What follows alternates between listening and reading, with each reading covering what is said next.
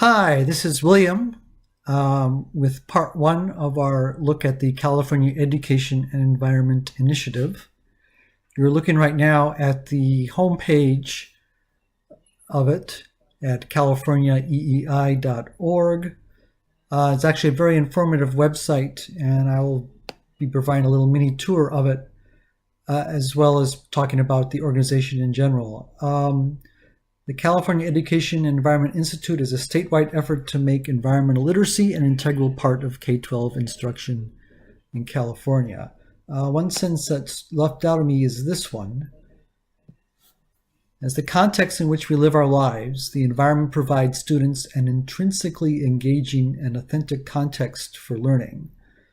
So what I get from this is that it's not only important for students to learn about the environment, because it's an important part of history, it's an important part of geography, it's an important part of their lives. But because many students are already aware of environmental ideas and issues and are aware of how it affects their things in their own lives, it is a natural path for engaging students and promoting student engagement and interest in subjects such as history, social studies, and other academic subjects. All right, history is described in this section here and about us. It dates back to a 2003 law that was signed to require an environmental curriculum be developed and offered to all California public schools.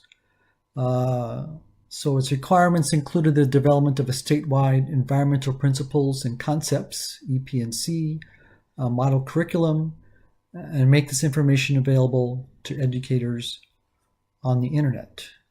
So they went through a multi-year process after 2003. They developed standards, they field tested them in classes, and what they came up with were these, the environmental principles and concepts. So there are 5 general principles on how the relationship between humans and the natural world and how they affect each other, and 15 supporting concepts. My cohorts will go into these in more detail in their sections. I wanted to stress this point that although they were developed independently, in 2016, these principles and concepts were integrated into the revised California History and Social Science Framework. And as a matter of fact, if you go to page 800 of the framework, Appendix G, you will find these very same standards. So that is a brief overview of the framework, standards, the principles and concepts, and the curriculum, and my colleagues will now tell you more about them. Hello, this is Ash, and as Will promised, I'm here to kind of go over these California principles and concepts in a little bit more detail. Before I go into those, though, it's important to remember that these are big ideas. They're not intended to be nailed down. They're supposed to be kind of brewing in the background. These are things you can formulate a lesson plan around without having it overpowering it, and just kind of a food for thought thing in the background. So we can go over these in 1 through 1. Principle 1, people depend on natural systems. And you can see that's subdivided into 3 more concepts here, A, B, and C. Moving along to Principle 2, people influence natural systems. And again, the concepts are down below. Principle 3, natural systems change in ways that people benefit from and can influence. Principle 4, there are no permanent or impermeable boundaries that prevent matter from flowing between systems. And the final principle, decisions affecting resources and natural systems are complex and involve many factors. Now, as you can guess, this truly is interdisciplinary. You'll see how so when Zeke goes over a bit more of the curriculum with you in a bit. But before he does, I'm going to take you over to the development of these principles and concepts. Okay, so The development of the environmental principles and policies was undertaken by Cal EPA under AB 1548.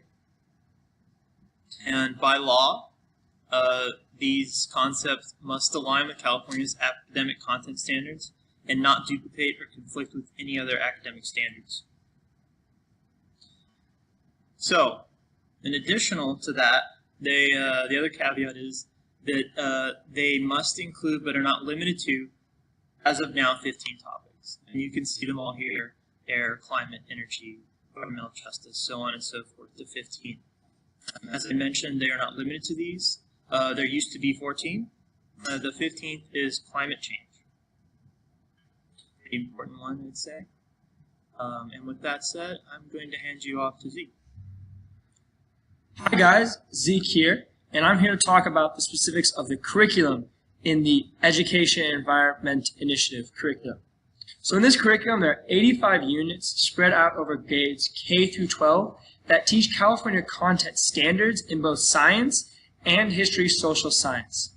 The EEI curriculum also supports your students' efforts to master English language arts standards. So your ELA standards are supported by this curriculum as well.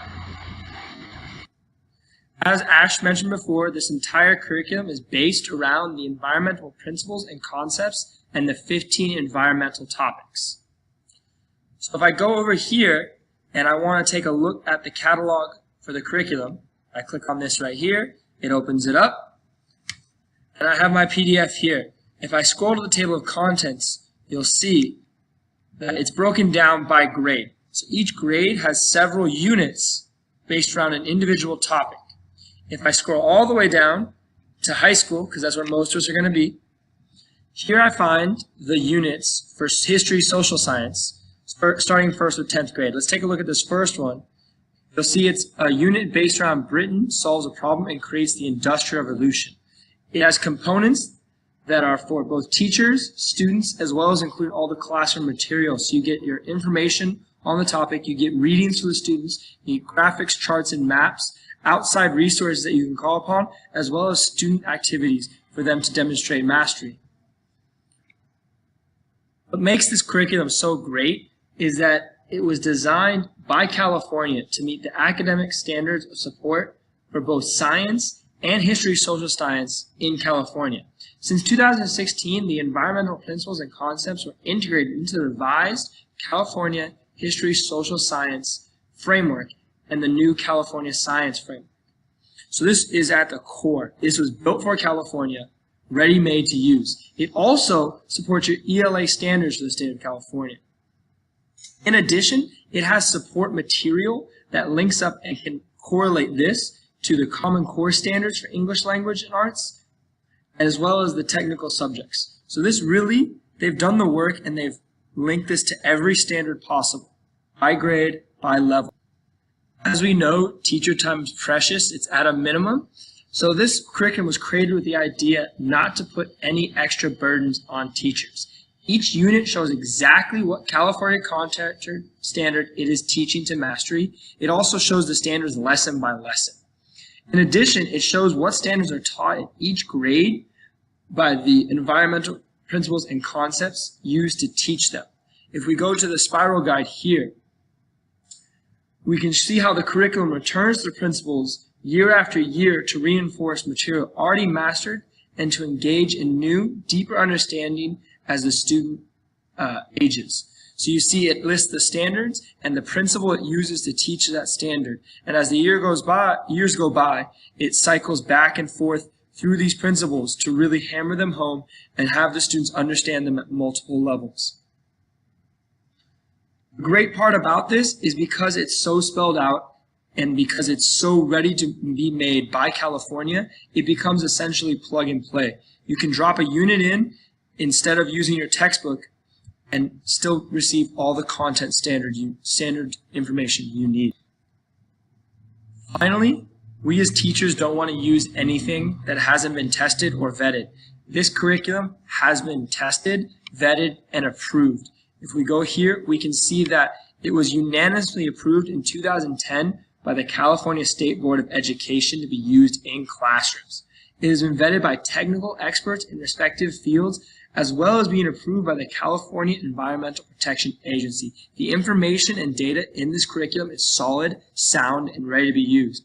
Perhaps most important, it was pilot tested by teachers in real classrooms before approval. It is not something that politicians created. It is something that has been tested and used in the classroom with real students. So you can trust that it will work. And since it has been published, it has been constantly reviewed and improved upon based upon teachers' feedback since. Hi, this is Jay. You have heard about the background and some of the detailed overviews of the Environmental Education Initiative. So now let's take a journey through how these lessons can be incorporated into existing subjects such as social science. Let's go to curriculum. And how to teach EEI and curriculum components. You'll see there's a video. This is worth watching. It goes over things. You can expand on teacher kit materials to see what is contained in the teacher's kit. And then you can take a look at the student kit materials to see what is in the student kit. Now let's take a look at the teacher's edition. And again, there's a video that overviews the teacher's edition. And let's take a look at accessing the curriculum. So as Zeke mentioned, there are a large number of different modules broken down by grade, and you can see that they have the topics as well. We're going to skip forward here to a high school level 1, which is discussing growth of population, cities, and demands. This is something that those of us who are working in human geography recently covered. So we'll open it up here, and as you can see, it gives an overview of what the topic is and what some of these special environmental subtopics are. You can get a teacher's edition PDF downloaded to your computer by requesting a password. This is easy. Go there, first name, last name, email, and who you are, for example, a teacher, and then that will be emailed to you.